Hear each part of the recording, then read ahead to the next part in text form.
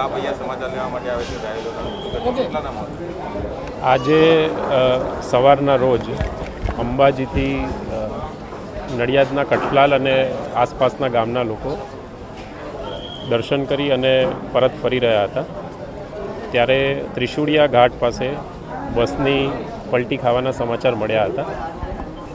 તાત્કાલિક એમ્બ્યુલન્સ અને વ્યવસ્થા કરી CHC દાતા ખાતે તમામને રિફર કરવામાં આવ્યા હતા. બસમાં 60 કરતાં પણ વધારે મુસાફરો હતા.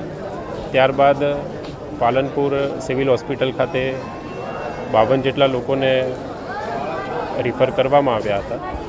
હાલમાં જે 52 ઇજાગ્રસ્તોમાંથી 2 ICUમાં છે, બાકીના તમામ સ્ટેબલ છે અને તમામની સારવાર માટે હોસ્પિટલનું તંત્ર ખડે પગે છે.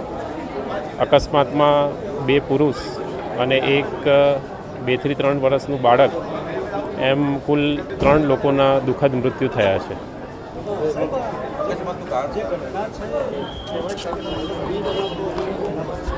હાલમાં પોલીસ ઇન્વેસ્ટિગેશન એ સંદર્ભમાં ચાલી રહ્યું છે અને ત્યારબાદ પોલીસ તપાસ પૂર્ણ કર્યા બાદ આના ઉપર વધુ પ્રકાશ પાડી શકશે.